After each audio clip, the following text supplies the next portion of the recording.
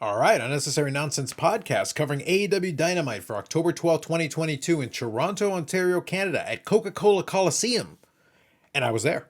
So this is going to be a little bit of a different review from the ones that I've done the last couple of weeks. I will still go over all the matches and everything. I actually went back and scanned through everything on the PVR to make sure I had the match order and everything right, and also check out anything that was on the broadcast that I missed from Coca Cola Coliseum. But what I'm going to do is I'm going to do the recording here tonight, as I often do. But I do have some clips and some stuff from the show, from the seats that we had, which were decent seats. So I was able to capture some stuff. I won't include the audio from that piece of the event, but where I can, I'll intersperse a little bit of video clips here and there. I grabbed a couple of entrances from some of the matches and stuff, so that'll be part of it. One of the fun things that I'll say right off the top is that the first chunk of the show was actually a Dark taping, and it was a decent episode of Dark, I will say. So I'm looking forward to checking it out on YouTube when they do put it in. As you might imagine, the crowd was very raucous. They actually had a great crowd out there for the former Rico, now Coca Cola Coliseum.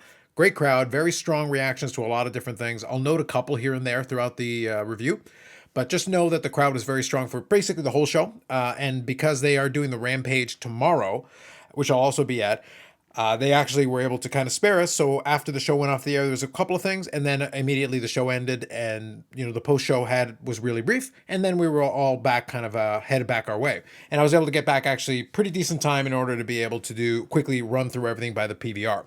So let's get into it, and I'll talk about a couple different things. Overall, I would say a very good episode of Dynamite. Not perfect, because nothing ever really is, but mostly it's going to be nitpicking tonight. But for the most part, I was actually very happy with the show, and I think the crowd was mostly happy with the show. A couple of weird choices here and there, but I'll note them as we go through it. Also, one other point I want to make just as I record this, there is going to be a little bit of an angle to the review. You'll notice it very quickly on there, so just pick up on it, and as soon as you pick up on it, you'll kind of know where it goes. It kind of plays into my sensibilities with what I watch in these shows. Okay, so let's start off at the beginning. The broadcast actually starts with introducing Renee Paquette as the newest AEW broadcast team member, who's interviewing Christian Cage, who takes the standard Maple Leaf shot. So you got to take a shot at the Maple Leafs whenever you're in Toronto. Now, one thing I will say, I think Renee Paquette is an excellent addition to the crew. The only thing that I'm wondering, and this is something that obviously we'll have to see more in the days and weeks to come, is that I'm hoping it's not just as a backstage interviewer, because she's kind of wasted in that role. She's obviously very good at it, but they have backstage interviewers, so I'm assuming there's going to be some other content related, maybe podcasts or something related that AEW is going to produce, because she's really good at that as well. So it's one of those things where if you got her on board, then you're going to want to do a couple of things with her to get the maximum out of it. Otherwise, you're kind of missing something out. I did see the post that she was all elite just prior to the broadcast starting, but right off the top, being that it is Toronto, she was introduced as the newest broadcast team member and immediately got to introduce Christian Cage, so it was kind of a perfect setup. And that leads us into Luchasaurus taking on Jungle Boy. Overall, a great in-ring match. These guys know each other very well, which is always so good. Now, a quick note I made in here is lesser podcasts might suggest shenanigans, but I declare a clean scientific victory. A clean scientific finish, because Smarmy Christian is best Christian. And it was the proper result.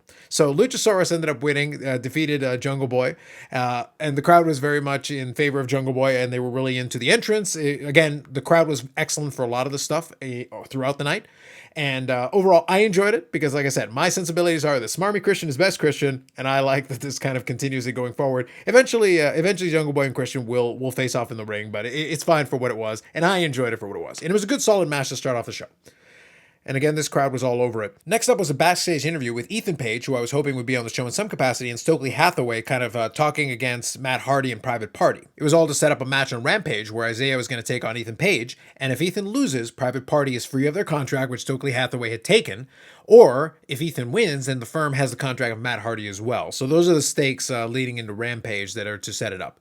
Following this is an in-ring promo from QT Marshall to kind of warm up the crowd. Again, take the standard kind of shots against Canada, usual thing, Ontario, whatever, before leading into the tag team match with him and Nick Camarano taking on Wardlow. So Wardlow and Samoa Joe. Wardlow and Samoa Joe get amazing reaction, obviously. Now, one quick point I want to make. Wardlow wins and is about to powerbomb QT Marshall, and then there's shenanigans after the match is actually over. Decent match for what it was. But a question that I have going forward, and this is something I want to keep an eye on. I genuinely want to know what the hell Nick Camarano is at this point. I remember him initially when he started with the Factory, and he was just like this big burly guy, very hairy-chested guy, just this big-looking dude. And now he's got all these weird gimmicks. He's got like a gold chain and like a hat and I guess a cigar. Like there's a lot going on is what I'm trying to say with Nick Camarano. I'm a little confused, perplexed by it. Otherwise, he's Nick Camarano from the factory. So I'm wondering if there's supposed to be something to this, but he's just kind of a really big dude. He's Nick Camarano with a bunch of gimmicks. But anyway, whatever. So Wardrow wins, and they're about to powerbomb QT Marshall, and they're interrupted by the Embassy. So again, the Ring of Honor faction. Brian Cage has a little promo, which I enjoy. That's good. Again, I'm appreciating that Brian Cage is at least getting some feature in this in some way, even though the Ring of Honor integration is still kind of jagged in the way the show works, but fine. In this case, I'm fine with it. So I'm glad he gets to speak in it. And that sets up FTR because he basically says, well, we didn't see FTR here, and I bet they wouldn't let him in Canada. And then obviously FTR's music plays, and FTR comes out to a great reaction, great pop for them. And then they challenge the Embassy. So there's 3 wrestlers for the Embassy, and they say, there's Wardrow out there. It's like, well, these guys already wrestled a match, so they're going to be joined by somebody, a Canadian, somebody from Ontario, and it's basically an excuse and a setup to mention 10 and then bring out Sean Spears. He looks great. Obviously, a great reaction from the crowd. Good stuff. And it plays into the whole Pinnacle thing. They've got some history, so it wasn't out of left field completely. He is Canadian, so you got that content going for you. So that's all good. But at the same time, I did notice that, and I initially thought so, but then I confirmed it on the broadcast when I checked out the PVR, that they are using a different theme song. I actually like the Sean Spear theme song. Like, am I alone in this? I actually thought the other theme song was actually pretty sweet. I don't care that he's quote unquote a good guy right now. Like, use the old theme song. It's actually pretty good. I enjoyed it. This other one just feels kind of generic. I'm not a big fan of it. But anyway, great pop for him as well. Great that he comes out and it's going to set up a 6-man tag, I think, for Rampage, if I'm not mistaken. So next up, we've got a backstage promo with Jericho and 2.0. And then we talk about the old systematic cheating line by Tony Schiavone. That's the line because I was trying to remember it. Obviously, I was talking with a buddy of mine who I attended the show with. Systematic cheating is the line that Tony Schiavone has been using with Jericho a little bit back and forth. So it's great. Jericho's coming out as the Lionheart, which is fine. It sets up for the match later on in the show. And then that leads us to Swerve Strickland taking on Billy Gunn, which was well structured in the way they decided to do this. Great heel reaction to Swerve. Awesome. And then Billy Gunn comes out with the Acclaim theme song. So obviously the Acclaim theme song plays. The crowd absolutely goes crazy. They're all over the Acclaim. Now, this is actually the point where I want to make one point here. I don't know. I watched the broadcast and it came off a lot better in the television version of it. I found, in my opinion, and this is not just me being like old man, yells at cloud here. I felt like the audio setup in the arena was cranked way too high. It's like they jacked up the gain on the microphones. And in the broadcast, it sounded fine because it's like they muted them and brought them back down a little bit. But the microphones were set so high that they actually started clipping. I don't know if you guys are familiar with that, but the idea, like the microphone I have right now, if I just started screaming into it, even though the microphone it works fine, but if I just started screaming into it, it would sound distorted because it'd be too loud. There's no reason to scream into the microphone. You can set the gain down a little bit. But in this case, in the arena, it felt like it was cranked up all the way to the top, almost to the point of distortion sometimes. So sometimes Justin Roberts and some of the other ring announcers would talk, and it would be almost too loud. Even with the way the arena, this arena is actually the way it's structured, Coca Cola Coliseum. It's actually got great acoustics, and it's actually very small. It's kind of an intimate venue. I think it held maybe in this situation about 7,000-ish was about the capacity, give or take, and most of the seats were filled. So realistically, you got a great crowd. You got a boisterous crowd. It's very loud in the arena anyway. But the microphones were set high enough, but in this case, they were set almost too high to the point to make sure that obviously people could be heard. And on the TV, it came off fine. But in the arena, it was like you were almost getting distortion from my ear. And that's just something I noticed throughout the evening, and it kind of threw me off and it gave me a little bit of a headache by the end of the show. But it was fine overall. And like I said, the crowd was loud in general. So as I mentioned, great heel reaction Swerve. The Acclaimed get a monstrous reaction. And then, of course, we get some chants. And if you know anything about the Acclaimed, you kind of know where these chants are going. And Billy Gunn plays into this beautifully, so it was good. The story was Swerve working over the knee of Billy Gunn, which kind of played into the end of the match. So Swerve wins the match with an excellent pinning combination. Definitely no rope involved. Another clean contest. Again, if you're not following how this review is going to go, I'm just making this clear. Again, a very cleanly executed, completely clean finish. 1, 2, 3 in the middle of the ring. Swerve wins. Just saying. Post-match, the Acclaim and Billy Gunn are about to scissor, and then Smart Mark Sterling comes out with a document stating they earned the term "scissor me" in professional wrestling because, of course, this is the gimmick they're going to go with. Why not? And state that he's willing to work on them for it, so it kind of sets up potentially something down the road with them, again, having to deal with each other. It kind of continues what they've been doing. That's fine. And it continues this little feud going on with it. And we didn't see Keith Lee in this instance. I wouldn't doubt that we'll see Keith Lee again at some point in this whole situation being involved. It was fine for what it was, and Billy Gunn did a great job for what they were trying to do with it. Performed very well in this situation. Billy Gunn is still ridiculously ripped, which is hilarious. But at the same time, Swerve is fantastic. He was at the top of his game. I enjoyed it very much for what it was because it didn't have to be as good as it was. And I enjoyed it, and the crowd was good for it, and I thought it worked out great. And like I said, the Acclaimed got absolutely the hero's welcome. Very loud. Their whole shtick worked beautifully, and Billy Gunn played into it perfectly. That leads us into an MJF promo, and it was interrupted by Stokely Hathaway. Now, this was weird. I made a note here that this was a strange promo from MJF for me. And the reason I say so is because it was solid, as it always is with MJF. But he admonished Stokely for, and he said that this was strike two because he was interrupted when he was almost, it looked like he was going to shake the hand of Wheeler Yuta. It was this weird thing where MJF is right now in the middle of doing this thing, but then he's doing this kind of tweener things, and then he admonishes Stokely Hathaway, and then he alluded to doing what he has to do and not liking himself with what he does, but he has to do what he has to do to become champion, etc. And it's almost like a justification for him being an asshole. And it's just weird. It is what it is. I'll see where it goes, but I just found it kind of odd that suddenly now we're doing this thing where now we've got a justification for why he is the way he is. It just seemed kind of weird the way it turned out, but fine. Tony Schiavone is in the ring in the next segment here, introducing Jon Moxley. He comes out to a great reaction, and then he starts talking and is interrupted by Hangman Page. Now, this leads us to the second straight segment where we've got a passionate promo, an interesting promo, a compelling promo, but a little bit odd. I only make a couple of notes on this one, but what I'll say is that Page comes out, he goes into history where he lost the championship, lost the Trios Championship opportunity, lost his friends currently, meaning like members of the Dark Order, and then my old friends have disappeared, kind of, breaking the fourth wall a little bit with that. But then he goes into this whole bit where he's like, he talks about all these hardships and all these things he's faced and all these things he's lost and all these issues he's got. But he goes, I'm still here because I'm a man. And then he goes into this whole thing. And then he hits himself in the face and says, I'm a man, damn it. It was just weird. I think Moxley was supposed to be moved by this. And in the end, Moxley played it up as well as he could. But I just found it odd. And then literally when Hangman Page is hitting himself, he's hitting himself hard enough that he actually starts bleeding a little bit to the side. And I think like started getting bruised on the side of his head. It was just odd is what I'm trying to say.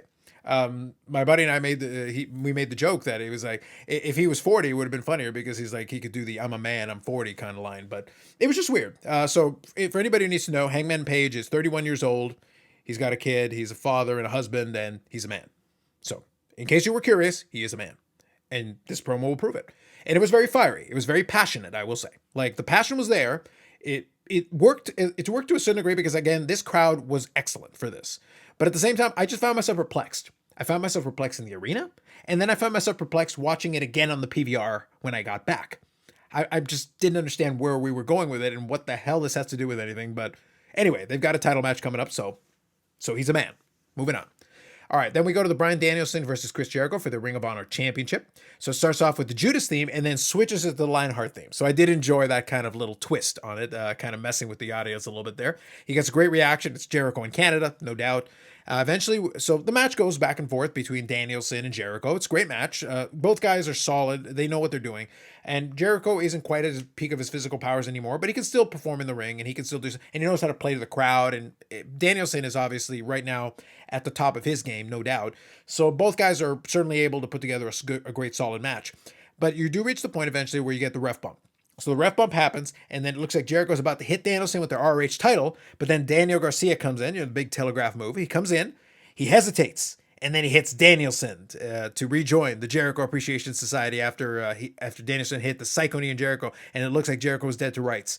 So he rejoins, and then the Blackpool Combat Club comes out to take care of Danielson, and now they're kind of staring off at each other, so faction warfare is restored, and we'll see what happens with that. But as I mentioned, it's important, regardless of what you just heard a moment ago, Jericho wins in a completely clean, no shenanigans way, and I will hear no different.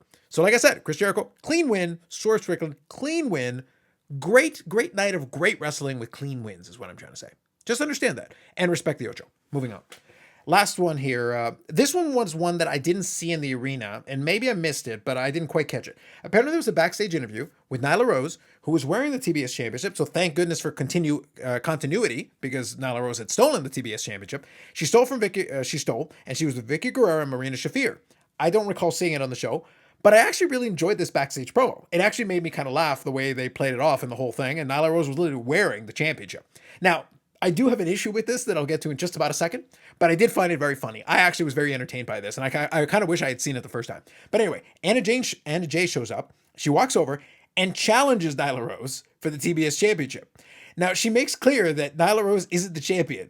They make clear Nyla Rose is the champion. The commentator, the interviewer, makes clear that Nyla Rose is not the TBS champion. And then Nyla Rose is the only one who's like, I want to be called the TBS champion. And then at the same time, Anna Jay says, all right, well, I want to compete with you for that TBS championship so I can walk around with it as a sports entertainer and say I have the championship. I want to make clear that Nyla Rose stole this championship. That's the part that's perplexing me. And I actually thought it was very funny. But apparently, Anna Jay is challenging Nyla Rose for the TBS championship on Rampage. I remind you all, Nyla Rose stole the championship. Neither one of them technically should be champion at the end of this match, no matter what happens. My next thought in this was, shouldn't Jade Cargill have a say in this, or some kind of a concern with that? Literally, they're parading around with her championship and literally doing this interview and accepting a challenge for a championship they stole. There should be some kind of an issue with this. I think there should be an issue with this. Also, it leads again, in the realm of, you don't have to overthink this. Don't think about this too closely. I understand it's professional wrestling. I get it. To be clear, I enjoyed this segment. I found it very funny. It was stupid, but I liked it, and I thought it was hilarious. However, the reason it's stupid is because if you let this fly, which you kind of just did, what on earth prevents anybody from just stealing a title? I'm not talking about an interim championship. I'm talking about literally stealing a title and just wearing it and just declaring yourself champion. Now, this is different from when Tay Conti and Sammy Guevara were feuding with Ethan Page and Scorpio Sky, as well as Dan Lambert, and they stole a bunch of titles. That was a completely different thing. Everybody acknowledged they were stealing titles, and they didn't declare themselves champions. They literally just paraded around with titles. This is a situation where Nyla Rose is asking to be declared the TBS champion after having stolen the TBS championship, and at the same time is accepting a challenge for the TBS championship that she stole. Again, this is very stupid, but also very funny. But also it sets a bad precedent because, again, what would prevent somebody else just from pulling the stunt? Why couldn't you just run into Jon Moxley's locker room when he's not around, just steal the title and declare yourself AEW champion? I guess you could, technically, because apparently this seems to be fine. Again, I'm not going to try to spend too much time on this, but I did find it very funny that you open up this weird loophole that wasn't a thing for any other title so far. But whatever, fine. I'll accept it for what it is. Moving on. So next after this was the other women's segment on the card. It was really just the two got stacked with each other. Like I said, in the venue, I didn't see this promo. Otherwise, I thought it was very odd that normally I see like another segment, but it was or an interview and then a match. But in this case, we went straight to the match, and that's all I remember seeing. So we had the match. It was Jamie Hayter and Britt Baker taking on Toni Storm and Hikaru Shida. Amazing reaction for Jamie Hayter, not surprising. Her music started playing, she was coming out, she was getting the cheer, and then Britt Baker's theme plays, and it kind of mutes it a little bit. She gets the reaction for the DMD and that whole bit, and then Toni Storm and Hikaru Shida come out, they get a great reaction as well, so all good. And the end result, it was a decent match for the ladies, did a good job. Now, I'm not going to spend too much time harping on this because I already have a bunch of times, and it's just frustrating at this point, and there's really no sense in spending too much time on it, but I'm going to point out that you stack the two segments together.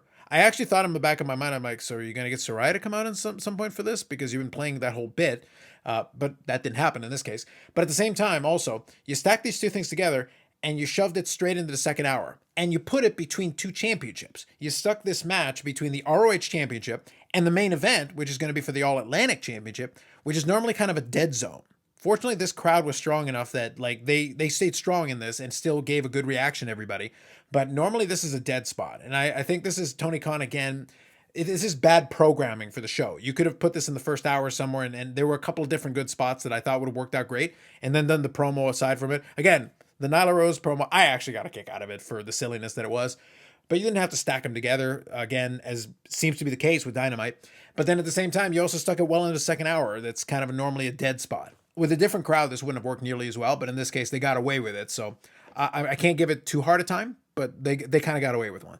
So Hikaru Shida wins the match by pinning Britt Baker to win the match. So great for them. And then obviously they just kind of stare at each other, and then that ends and we move on to the next segment.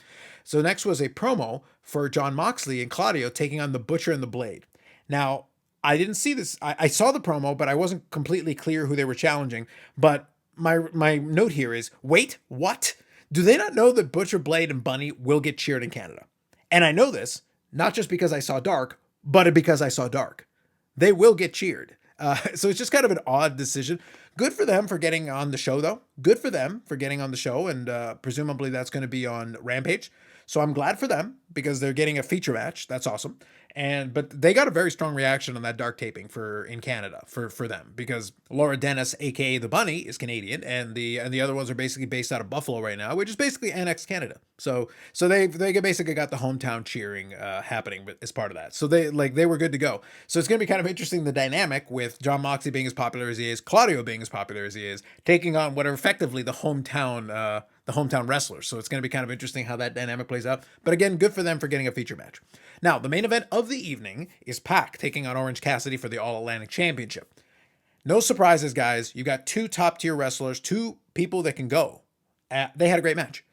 Pac is fantastic, and Orange Cassidy has demonstrated over time that he is more than capable of being excellent as far as, having the athleticism, being able to go all over the ring, being able to tell the story and staying within his character, which has always been kind of a weird thing, but he's managed it. So as expected, great match. Cassidy did do a spot where he took a pile driver all the way up the ramp after getting dragged like a dead body. Took a pile driver and barely made it to the ring by a 10 count. So they did that. You got your Danhausen appearance as well. He prevents Pac from using a hammer. So a little bit of shenanigans going on there. And Orange Cassidy hits back-to-back orange punches to win and earn his first championship in AEW in the main event. Strong reaction, huge reaction from the crowd. This was a good main event for the crowd to go home happy. They got a great result. And of course, in line with this incredibly unbiased review that I've done tonight, I've talked about how Swerve did this clean as a whistle, right in the middle of the ring, completely fair. Chris Jericho, clean as a whistle, completely fair. No shenanigans involved. I don't know if there were any shenanigans involved by Orange Cassidy. I'm not sure I caught anything specific.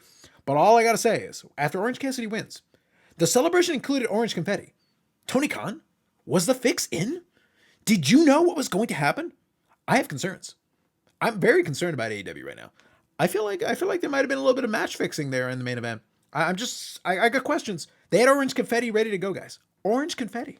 I don't know what the heck, Also, after the show went off the air, in the post-match, Orange Cassidy took the microphone and said a little bit something. He kind of still stayed mostly in character, but then he asked for a backpack to put the new title belt in it because he doesn't like carrying things around. And actually, a returning Statlander who was still injured, but returning in the sense that she was there, she actually came and gave him the backpack to hold the title. So that was kind of a nice little ode to best friends, and was able to have Chris Statlander there, which was great.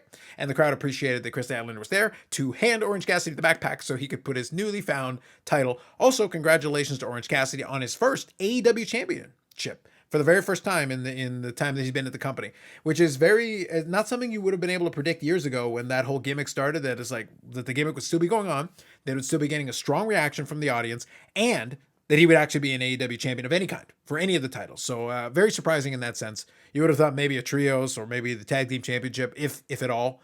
But in this case, a singles championship for Orange Cassidy to go off the air. So like I said, a great show overall, a lot of fun, had a good time. The crowd was definitely into it.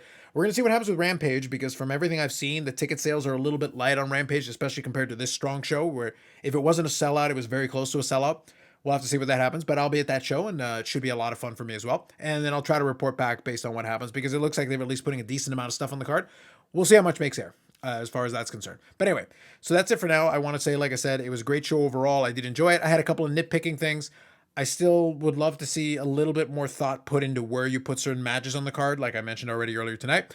And I would also be extremely careful with the gimmick of stealing a title and then being able to defend a stolen title, which is maybe one of the weirdest things that I've seen AEW try to pull off. We'll see how it goes, but I did find it very funny. And secretly, and I'll be honest with you, as an agent of chaos, I kind of want Anna Jay to win this fake title that she isn't actually competing for, because again, Jade Cargill is the champion. I would love for a couple of these ladies to get a chance with the title where they're not actually getting a chance with the title and they're not recognized as champions, even though they have the title. I don't want to push it too far, but I just thought it was very fun. This concept, for some reason, as an agent of chaos, this just makes me laugh. And look, if it results in us getting a second women's match on some of these Dynamites for the totally not official TBS championship, let's do it. I'm fine with it as long as we play into it. But again, you got to be really careful when you're playing with this, because this is kind of silly. And at some point, Jade Cargill needs to go and try to get this title back. Like the whole idea here is that, as far as I know, Jade Cargill's not hurt, so she should be trying to get this title back that was stolen from her. or file a police report or something. I don't know. But anyway, a fun show. Hopefully you got a chance to watch it and enjoy it. And hopefully I'd love to see some of your thoughts. Feel free to throw them in the comments section there. Like if you like the video, it helps support the channel. Subscribe also would be really helpful and supportive of the channel as well. Thanks very much. We'll catch you in the next one.